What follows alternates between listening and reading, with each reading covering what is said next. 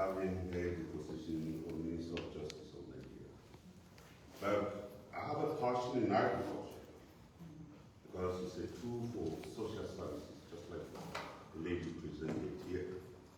And therefore, when I left office, I have to follow agriculture. So anywhere there's a conference, even when there's a team of scientists, which I'm privileged to be in your midst, I like to be there to present what is happening in Nigeria within the North Central region of Nigeria. If you look at Nigeria, is the sixth most populous country in the world, and the North Central region represents, like me, the areas of comment of the value, the Bengal value, which is the main hub of agriculture in Nigeria. The study area covers the North Central region, which comprises of several states, and then the political and economic implications and the inclusive and recommendations which we feel could share with you. There is in a conference like this, either one of you back to your country can speak to leadership and increase awareness of what is happening in another fellow country. So that is the end of me being here. The main issue is the big river that spans through the Bengal Valley, which is the North Central region. That has, if you look at the outlook of the North Central region, and the length of the river that spans it, the length is 1,483 kilometers. So the banks of it becomes the most fertile area for agric production in Nigeria. And then the population there is over 20 million, and annually, the total income from that is over 45 billion US dollars. But the main problem we have is that the fertile land also have proven oil reserve and gas, and it will have absolute minerals. And this is the beginning of the problems of the farmers who are main agricultural producing areas. The map here represents the North Central belt. You see where North Central is written? That is the area.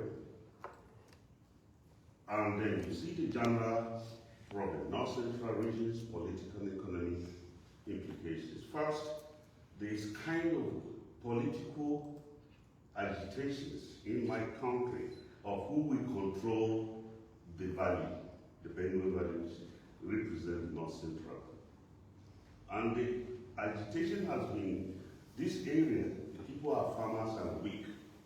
And the moment oil reserve was discovered, there's that strong appreciation from the powerful areas and communities in Nigeria to have control of this. And the specific issue I've highlighted two dimensions, the general dimension which is control of the area. The specific ones now is that the area now is suffering extremely great in agricultural investment and even the federal government support. And why is it so? Those people want to control the oil that is beneath the soil. And they don't care of the land which the farmers within the area use for their subsistence. So, but the most hard hit is the most populous state within the region, which is about 6 million people and had an economy of 6.8 billion annually. This is the most hardest hit area. Therefore, by letting apologies, in the course of this presentation, you will see some pictures that may not be very pleasing. Please excuse me because I need to present to the world the graphic situation that is there in Nigeria, within the North Central region. So in Bengal State alone, you have 726 attacks in one from up to date. And then 60% of these attacks are women because they are more vulnerable. When attacks come, the strong men, they run away. But 60% of women are best internally displaced, killed or injured. And you know, the poverty rate now goes to 42%. because their main subsistence is agriculture.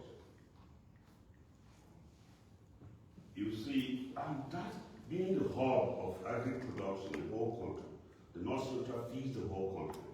Now, because of this crisis, man-made crisis, I have listened to the presentations before its biomes and bacteria infested crisis. Ours is man-made crisis, which are worse than the bacteria affecting agricultural production.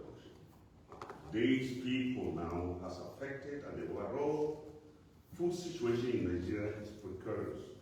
Food import is like 1 billion naira a day.